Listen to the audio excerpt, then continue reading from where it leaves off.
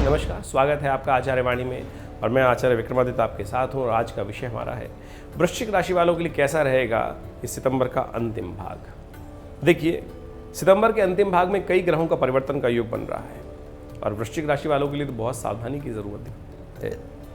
देखिए, वृश्चिक राशि वालों, आपके राशि के स्वामी हैं मंगल, और मंगल जो है विशेष तौर पर अभी चल रहे हैं आपके 11वें भाव में सूर्य के साथ, और मंगल हो जाएंगे इन सितंबर के अंतिम भाग में अस्त। ऐसे में मंगल अस्त होने के कारण से आपके लिए थोड़े पुरुषार्थ की आवश्यकता होगी। मंगल हिम्मत के मालिक हैं, पौरुष के मालिक हैं, और अंदर जो विशेष तौर पर पुरुषार्थ है उसके स्वामी माने जाते हैं, और उनमें ग्रहों का परिवर्तन का योग बन रहा है। और साथ साथ कई ग्रहों का योग और भी बन रहे हैं। साथ साथ कई उत्सव ऐसे आ रहे हैं जो बहुत महत्वपूर्ण हैं। महालक्ष्मी व्रत बहुत सारे लोग श्रद्धा के साथ करते हैं। महालक्ष्मी व्रत को प्रसन्न करने के लिए बहुत सही विधि करने से प्रसन्न भी हो जाती है भावनात्मक लक्ष्मी, लेकिन कई सारे लोगों को विधि का पता ही नहीं है। कौन से हैं महालक्ष्मी को प्रसन्न करने के सिद्ध मंत्र, वो भी हम आपको बताएंगे। कौन सी तिथि में किस प्रकार से सारे कार्य कर लेने चाहिए, कौन कौन सी तिथि प्रशस्त किस कार्य के लिए है, वो भी आपको समझ लेना चाहिए। श्राद्ध भी आरंभ होने जा रहे हैं इस सितंबर के अंतिम भाग में। कब कौन सा श्राद्ध रहेगा, ये सारे विधान, सारी चीज़ें हम आपको इस कार्यक्रम के माध्यम से बताएंगे। सबसे पहले बात कर लेते हैं 21 सितंबर की। देखिए, 21 सितंबर को षष्ठी तिथि है, भाद्रपद मास के शुक्ल पक्ष की, गुरुवार का अवसर है, और ग्रहों का योगायोग विशेष तौर पर आपके लिए बड़ा सुंदर है। सर्वार्थ सिद्ध योग भी विद्यमान रहेगा, जो सुबह सूर्योदय से रहेगा 21 तारीख को। यानी कोई नया कार्य आरंभ करने वाला है, करने का योग है, तो उसको सुंदर तरीके से लाभ ले सकते हैं। दोपहर को करीब करीब 3:34 तक ये सर्वार्थ सिद्ध योग विद्यमान है। ग्रह गणना विशेष तौर पर दिखा रही है आपके लिए अनुकूल समय दिखाई रही है, लेकिन मन को प्रशस्त करने की आवश्यकता है। अननेसेसरी कार्यों से मन थोड़ा सा खिन्न खिन्न होता रहेगा, तो उसको थोड़ा प्रशस्त करने का प्रयास करें। उपाय बड़ा सुंदर आपको बता रहे हैं।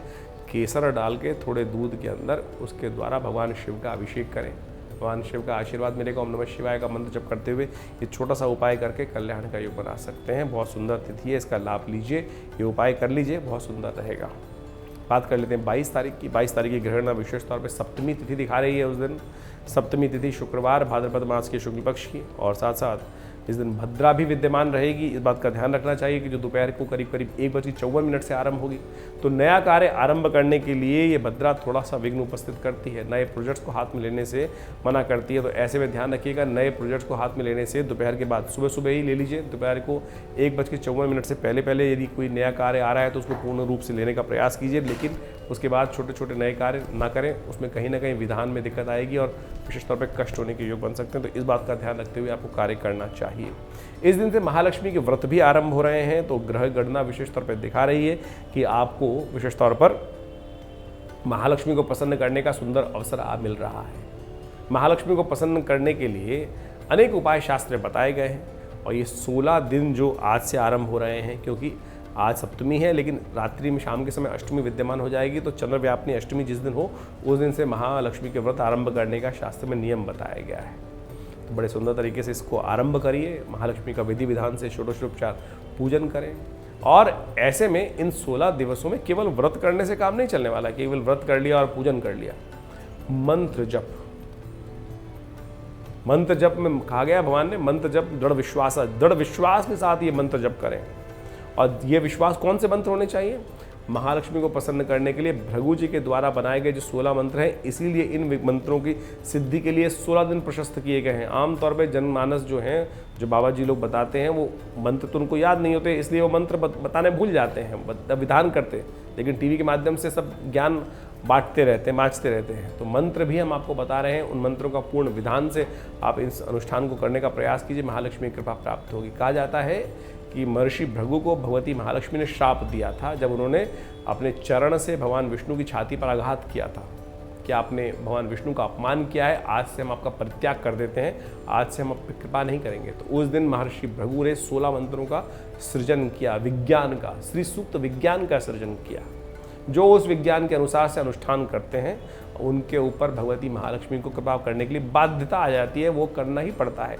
हमने अकाट्य प्रयोग स्वयं करके देखे हैं और नित्यपति करते हैं, उनका लाभ आप भी स्वयं ले सकते हैं। ओम हिरण्यवर्णाम हरणिम सुवर्णरजस्रजाम चंद्राम मृण्मयीं लक्ष्मीं जातवेदो माव ताम आव जातवेदो लक्ष्मी मर्मगामिनीं यस्यां हिरण्यं विन्देयं गामश्वं पुरुषानहम् अश्वपूर्वामृतमध्याम अस्तिनाद प्रमोदनीम शम देवीम पवै श्रीर्मादेवी जुगताम। ये मंत्र हैं भगवती के, विशेष तौर पर 3 मंत्र हमने आपको बताए। इस प्रकार 16 मंत्र हैं। इनका नित्य प्रति यज्ञ अनुष्ठान करने से इन 16 दिनों में, यदि आपके पास अवेलेबल नहीं है तो हमारे चैनल पर चले जाइए। महालक्ष्मी के विशेष तौर पर मंत्र, महालक्ष्मी को प्रसन्न करने के मंत्र से आपको ये वीडियो मिल जाएगा पूरा का पूरा। 23 तारीख की यदि हम बात करें तो उस दिन अष्टमी तिथि है, शनिवार का अवसर है। राधा अष्टमी के सुंदर योग बन रहा है। भगवती की आराधना करने के निमित्त राधा जी का जन्म उत्सव मनाया जाता है और ऐसे में ग्रह योग भी आपके लिए विशेष तौर पर अच्छे योग बना रहे हैं। ऐसे में माँ का ध्यान करते हुए, माँ का पूजन करते हुए विशेष तौर पर आपका आगे बढ़ने का प्रयास कीजिए, उनका आशीर्वाद लीजिए। बड़ा सुंदर योग आपके लिए बन रहा है। धनु में चंद्रमा चल रहे हैं और विशेष तौर पर आपके लिए अच्छे योग बनने के रास्ते बनते दिखाई दे रहे हैं। गज केसरी योग गोचर के हिसाब से विद्यमान हो गया है, लाभ के योग प्रशस्त कर रहा है। माँ का आशीर्वाद देकर काम करना आपके लिए अनुकूल रहेगा। और ग्रह योग के अनुसार से आगे बात करें तो 24 तारीख को ग्रह गणना विशेष तौर पर दिखा रही है। उस दिन नवमी तिथि भाद्र मास के शुक्ल पक्ष की रविवार का अवसर, और साथ साथ इस दिन आपकी राशि के स्वामी मंगल जो है वो अस्त हो जाएंगे। ऐसे में आपकी हिम्मत थोड़ी सी कमी आने के योग बनेंगे, तो उसको प्रबल करने के लिए आपको सुंदर तरीके से उपाय करना चाहिए। नित्य प्रति हनुमान चालीसा या सुंदरकांड का पाठ ये करिए। इससे हनुमान जी की कृपा से आपके मंगल को शक्ति संपन्न प्राप्ति करने के योग बन जाएंगे और सुंदर तरीके से हनुमान जी को एक पीपल के पत्तों की माला भी अर्पित कर दिया कीजिए। देखिए बहुत सुंदर रहेगा आपके लिए। लेकिन एक बात का ध्यान रखिएगा, रविवार के दिन ये उपाय नहीं करना है पीपल के पत्ते वाला, क्योंकि कहा जाता है कि रविवार के दिन पीपल को हाथ लगाने से महालक्ष्मी नहीं प्रसन्न होती, अलक्ष्मी प्रसन्न हो जाती है। रविवार के दिन पीपल के पेड़ को छूना भी नहीं चाहिए, शास्त्र में कहा गया है। इस बात का ध्यान रखें। बहुत सारे लोग उपाय बताते हैं, क्योंकि हनुमान जी को प्रसिद्ध करने का एक उपाय है कि पीपल के पत्तों की माला हनुमान जी को अर्पित करें। लेकिन हमने कहा कि मंगल अस्त है, आने वाले दिनों में ये उपाय कर सकते हैं। रविवार को छोड़कर सुंदरकांड का पाठ नित्य प्रति करें, हनुमान चालीसा का पाठ नित्य प्रति करें। आज विशेष तौर पर यदि बात करें 24 तारीख की, तो उस दिन सर्वार्थ सिद्ध योग विद्यमान रहेगा। नए कार्यों को आरंभ करने के लिए दोपहर को 1:14 के बाद मुहूर्त शुभ है, इसका लाभ ले सकते हैं। 25 तारीख की यदि हम बात करें तो उस दिन दशमी तिथि है और साथ साथ एकादशी तिथि भी विद्यमान हो गई है और एकादशी क्षय हो गई है। ग्रह योग के अनुसार से विशेष तौर पर आपके निमित्त जो ग्रहों का योगा योग बन रहा है वो अच्छा है। आपके पुरुषार्थ से बहुत सुंदर तरीके से आपके कार्यों में संपादित पूर्ण करने में आपको लाभ मिलने के योग दिखाई देते हैं। लेकिन बहुत सारे स्वार्थी लोग आपको परेशान करने के योग बना सकते हैं, आपके समय को खराब करने के योग बना सकते हैं। कोई फ़ोन कर देगा, भाई तू आजा मेरा काम करना है ये वाला। कहीं भी ऐसे बहुत सारी प्रपंच आपके पास फंस सकते हैं, ध्यान रखिएगा। वो आपका खर्चा भी होगा उसमें और हाथ कुछ नहीं आएगा। इस बात का ध्यान रखते हुए आपको कार्य करने की ज़रूरत है। तो हमने आपको सावधान किया, इसके अनुसार से आप समझकर कार्य करने का प्रयास करना चाहिए। तो इस प्रकार का योग है। इस दिन एकादशी क्षय है, तो एकादशी क्षय विशेष तौर पर ध्यान रखते हुए कार्य। पद्म एकादशी का योग है। कष्ट का निवारण करने के लिए भगवान शंकर के मंदिर में, भगवान विष्णु के मंदिर में जाकर कमल के पुष्प अर्पित करें, मखाने अर्पित करें। देखिए आपको आशीर्वाद मिलेगा, कल्याण के योग बनेंगे। 26 तारीख को द्वादशी तिथि है और साथ साथ मंगलवार का अवसर है और ग्रहों का योगा योग आपके लिए विशेष तौर पर पुरुषार्थ के द्वारा लाभ बनने का योग बना हुआ है। भगवान शंकर, भगवान हनुमान जी की उपासना कर कर आप बहुत सुंदर तरीके से लाभ ले सकते हैं। ग्रहों का योगा योग साफ दिखा रहा है, थोड़ा पुरुषार्थ मेहनत करने की ज़रूरत है। ऐसे में मन विशेष तौर पर ध्यान रखिएगा, अननेसेसरी परेशान ना हो, फालतू के कामों से बचकर आप कार्य के पूर्ण करने की तरफ लगाएं, पुरुषार्थ सही दिशा में लगाएं, कहीं दिशा ना बदल जाए, इस बात का ध्यान रखें। कील यहाँ ठोकनी थी, ठोक कहीं और रहे हैं, कहीं ऐसा ना योग बन जाए। तो यानी सही चीज़ का चुनाव करने की आवश्यकता है। पुरुषार्थ में कमी नहीं है, लेकिन दिशा सही नहीं रहेगी, ये भी योग बन रहा है। तो दिशा को ठीक करने का आपको प्रयास करना चाहिए। रास्ता जो चुन रहे हैं वो सही होना चाहिए, तभी इस दिन का पूर्ण लाभ आपको मिल सकता है। वामन भगवान की जयंती है, ऐसे में ब्राह्मणों का पूजन करें, ब्राह्मणों को वस्त्र इत्यादि का दान करें। ये सुंदर उपाय है, इसको करके लाभ ले सकते हैं। 27 तारीख की ग्रह गणना विशेष तौर पर दिखा रही है कि भाद्रपद मास की त्रयोदशी तिथि है, प्रदोष है, बुध प्रदोष। कहा जाता है कि जब व्यवसाय में बहुत कष्ट आ रहे हों और साथ साथ आपके योग्यता में कुछ ना कुछ कमी आ गई हो, आप उसका पूर्ण लाभ नहीं ले पा रहे हो, तो ऐसे में बुध प्रदोष के दिन कुछ खास उपाय कर आप अपने बहुत सारे कष्टों को दूर करने के योग बना सकते हैं। भगवान शंकर के मंदिर में जाकर बिल्व पत्र उन्हें अपनी आयु के अनुसार से समर्पित करें, ओम नमः शिवाय का जप करते हुए शाम के समय। ये बहुत सुंदर समय है। ऐसे में प्रदोष काल जो है सूर्यास्त होने के बाद 48 मिनट का समय होता है प्रदोष काल में। ऐसे में ओम नमः शिवाय का जप करते हुए या रुद्राष्टध्यायी का पाठ करते हुए बिल्वपत्र एक एक करके भगवान को अर्पित करने का प्रयास कीजिए, सुंदर होगा। सुबह सुबह से रवि नाम का योग बना हुआ है जो शुभ है। कोई नया कार्य आरंभ करने के लिए दिन प्रशस्त है। सुबह 7:10 से लेकर शाम के करीब 6:56 तक ये योग चलेगा, इसका लाभ आप ले सकते हैं। ग्रह आपके अनुकूल दिखाई देते हैं और सुंदर तरीके से आप उसमें आगे बढ़ने के अवसर बना सकते हैं।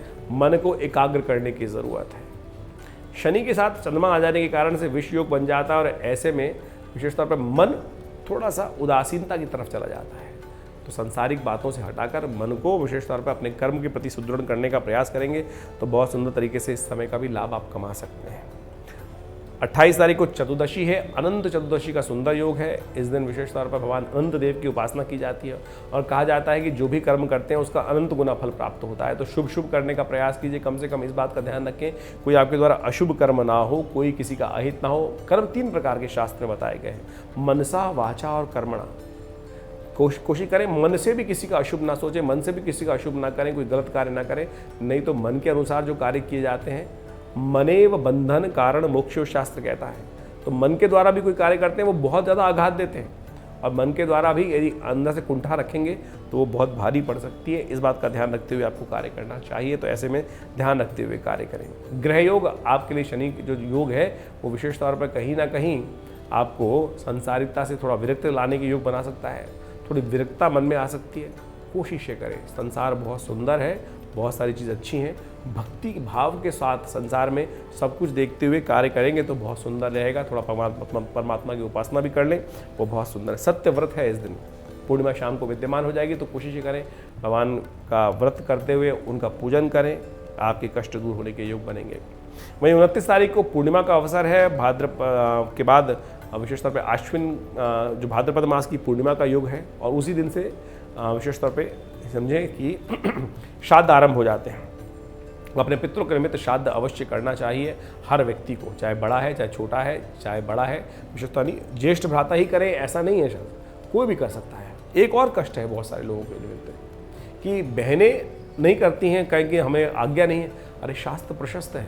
भगवती सीता जी ने स्वयं अपने पितरों का श्राद्ध भगवान राम के अनुपस्थिति में किया और शास्त्र उसकी प्रमाण कथा कहती है। आज बिहार में जाकर आप गया में जाके इस कथा का पूरा महत्व समझ सकते हैं। फल्गु नदी को श्राप भगवती ने दिया कि जब उन्होंने गवाही नहीं दी उनकी, गैया को भी श्राप भगवती ने दिया स्वयं, इसी के कारण से कि उनको श्राद्ध करने की आज्ञा शास्त्र देता है। तो इसलिए कोशिश करें स्त्रियों को भी अपने पितरों के निमित्त अवश्य श्राद्ध तर्पण करना चाहिए। शास्त्र इसका प्रमाण उपस्थित करता है। तो पूर्णिमा के दिन आपसे श्राद्ध आरंभ हो रहे हैं, आप अवश्य पूर्ण विधि के अनुसार श्राद्ध करने का प्रयास करें। ग्रह योग आपके अनुकूल है और बहुत सुंदर तरीके से बहुत सारे आपके राशि के अनुसार से शुभ योग आपको प्राप्त होने के योग बन रहे हैं। इस दिन विशेष तौर पर आपको श्रद्धा के साथ कार्य करने की आवश्यकता है। आपके विचारों से, धर्म के अनुसार से कार्य करने से आपको लाभ होने के योग अच्छे बनते दिखाई दे रहे हैं। 30 तारीख को प्रतिपदा का श्राद्ध रहेगा। भाद्रपद के बाद अश्विन का महीना आरंभ हो जाएगा और इस दिन 30 तारीख को 2 श्राद्ध एक साथ रहेंगे। वो रहेंगे प्रतिपदा और द्वितीया का श्राद्ध। इस दिन विशेष तौर पर दोनों श्राद्ध एक साथ किए जाएंगे। जिनकी प्रतिपदा का दिन शरीर पूर्वा हुआ उनका भी और द्वितीया के दिन श्राद्ध, क्योंकि दोपहर के समय मध्याह्न काल में प्रतिपदा समाप्त होकर द्वितीया आ जाएगी और अगले दिन द्वितीया जो है वो सुबह प्रातः काल में ही समाप्त हो जाएगी। तो अगले दिन द्वितीया मिलेगी नहीं मध्याह्न काल में, इसलिए दोनों श्राद्ध एक साथ किए जाएंगे। ऐसे में विशेष तौर पर ग्रहों का योगायोग जो है वो आपके समक्ष में उपस्थित किया। आपके समस्त पितरों के निमित्त, निवृत्ति के निमित्त इस कर्म को अवश्य आपको करना चाहिए, श्रद्धा से करना चाहिए। कल्याण होगा। धन्यवाद।